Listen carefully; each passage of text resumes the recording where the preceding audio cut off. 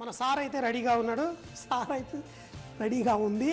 మరి మన బెండకాయలు కూడా చేసుకునేటప్పుడు బెండకాయల్ని చూడండి సన్నగా ఇలా కట్ చేసేసుకున్నాను. పొడుగ్గా ఇలా కట్ చేసుకోవడం వల్ల మన బెండకాయలు చక్కగా కొంచెం కరకరలాడుతూ రావడానికి పర్ఫెక్ట్గా ఉంటుంది.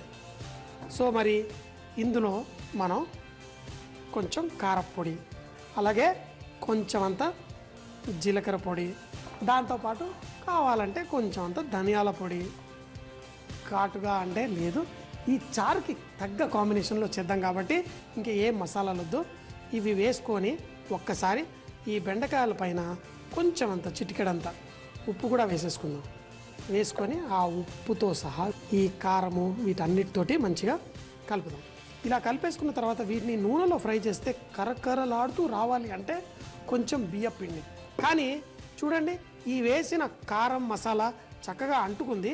కానీ ఇంకా కొంచెం అంటుకోవాలంటే ఇలా కొన్ని నీళ్లు, ఎక్కువ కాదు, మరీ ఎక్కువ నీళ్ళు వేసారంటే చెయ్యి అంతా జిడ్డు జిడ్డులాగా అవుతుంది. ఇలా కొంచెం నీళ్లు వేసుకుంటే ఈ బెండకాయ ముక్కలు కొంచెం అంత పచ్చిగా అవుతాయి. దాని తర్వాత మనం బియ్యం పిండిని ఇందులో వేసి కొంచెం దొర్లిద్దాం. ఇలా దొర్లించడం వల్ల మనకి చక్కగా మన బెండకాయలు మంచిగా కరకరలాడుతూ వస్తాయి. ఇప్పుడు ఆ తేమ వల్ల కొంచెం వీటికి చక్కగా పిండి పట్టుకుంటుంది. తర్వాత దీన్ని ఫ్రై చేసుకోవడమే. బెండకాయల మీద కొంచెం ఇలా నీళ్లు జల్లుతూ చక్కగా కలిపేసుకున్న తర్వాత ఒక 2 నిమిషాలు ఆగాలి. ఎందుకంటే ఆ బెండకాయకి ఉప్పు తాకిన తర్వాత దాంట్లో తేమ కూడా కొంచెం బయటకు వచ్చి మనం వేసిన నీళ్ళు కూడా చక్కగా ఈ మసాలా అంతా పట్టేసుకుంటుంది. ఇప్పుడు ఫ్రై చేసుకోవచ్చు. కానీ ఫ్రై చేసేటప్పుడు ఏంటి, అన్నిటికంటే ముఖ్యమైనది మనం వాడే నూనె. ముందుగా మన న్యాచురల్ రిఫైన్డ్ సన్ఫ్లవర్ ఆయిల్లో ఫ్రై చేసుకుందాం. ఎందుకు? అందులో వైటమిన్ ఏ, డి ఉంటాయి. అంతేకాకుండా దీని స్మోకింగ్ పాయింట్ ఎక్కువ. అంతేకాకుండా ఇందులో ఒమేగా 6 చెప్పుకుంటూ పోతే చాలా మంచి గుణాలు ఉన్నాయి.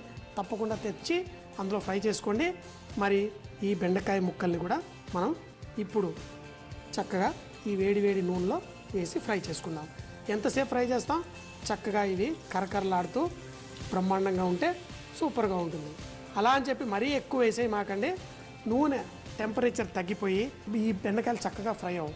కొంచెం కొంచెంగా వేసుకుంటూ చక్కగా కరకరలాడేంత వరకు ఫ్రై చేసుకొని తర్వాత మనం సారుతూ తిందాం. మన బెండకాయలు చక్కగా మంచిగా ఫ్రై కూడా అయిపోయాయి. ఇలా కలర్ మాత్రం కొంచెం గ్రీన్గా ఉన్నా ఇవి మాత్రం చక్కగా కరకరలాడుతూ క్రిస్పీగా అయిపోయాయి. బెండకాయలు అయితే రెడీ అయిపోయాయి. మరి సారు కూడా రెడీ అయిపోయింది. సార్ అనేసరికి మా ఆవిడ ఏంటి, అప్పుడేదో మహేష్ బాబు సినిమా ఉంది కదా, సార్ వస్తాడని తెగ పాడేది. సార్ వస్తాడో లేదో కానీ నాకు సారు చేసి పెట్టు అనేవాడిని. సో మరి ఈ సారు మన బెండకాయ ఫ్రై చేసుకొని తిందాం. అయితే హోటల్లో మేము సర్వ్ చేసేటప్పుడు 5 స్టార్ హోటల్లో ఇలా బెండకాయ ఇలా చేసేటప్పుడు ఇలా స్టీల్ రింగ్ ఉంటుంది. ఈ రైస్ అది పెట్టాను చూసారా, దీని లోపల మనం ఈ బెండకాయ ఇలా లోపల పెట్టేసుకొని ఏంటి, ఎందుకంటే మనం తర్వాత ఈ రింగు తీసినా చక్కగా ఇందులో ఇరుక్కునేట్టుంటుంది. సో ఇలా పెట్టేసి చక్కగా ఆ రింగు తీసామనుకోండి, ఇప్పుడు ఈ బెండకాయలు పర్ఫెక్ట్గా అయిపోయింది. కిందేమో రైస్, సైడ్లో ఏమో సార్ పోద్దాం. మరి మన ఈ సార్ని కూడా తీసుకొచ్చి ఇక్కడ పెట్టి, ఆహా నిజంగా సార్ మంచి సువాసన వస్తుంది. ఇలా సైడ్లో మనం ఈ సార్ని పోసామనుకోండి, మరి సార్ ఇంత బాగున్నప్పుడు ఏం చేయాలి, కుండెడు పోసుకోవాలి. ఇంట్లో కూడా అంతే. మా ఇంట్లో సాంబార్ చేసినా ఎటువంటి చారు చేసుకున్నా చక్కగా కుండెడు పోసుకొని తినాలని ఇష్టం నాకు. ఇప్పుడు ఏంటి, రైస్ పైన బెండకాయలు చక్కగా ఆ కొంచెం అన్నం ఇలా ఇలా ఆ సారులో ముంచుకొని ఆ బెండకాయ ముక్కలు తింటుంటే ఎంత బాగుంటుంది. మరి బెండకాయలు భలేగా ఉంది, కరకరలాడుతూ పర్ఫెక్ట్గా ఉంది.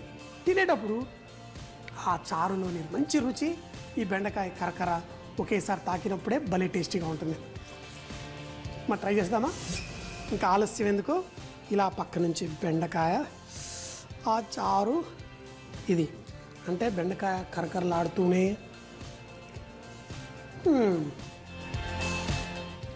కొంతమంది నాకు ఉత్తరాలు రాసు, సంజయ్ షోలో చేత్తో తినమాకు అన్నారు. ఈ సారిని చేత్తో తినకపోతే ఎలా తింటాం మరి? ఎవరు ఏమనుకున్నా నేను మాత్రం చేత్తోటే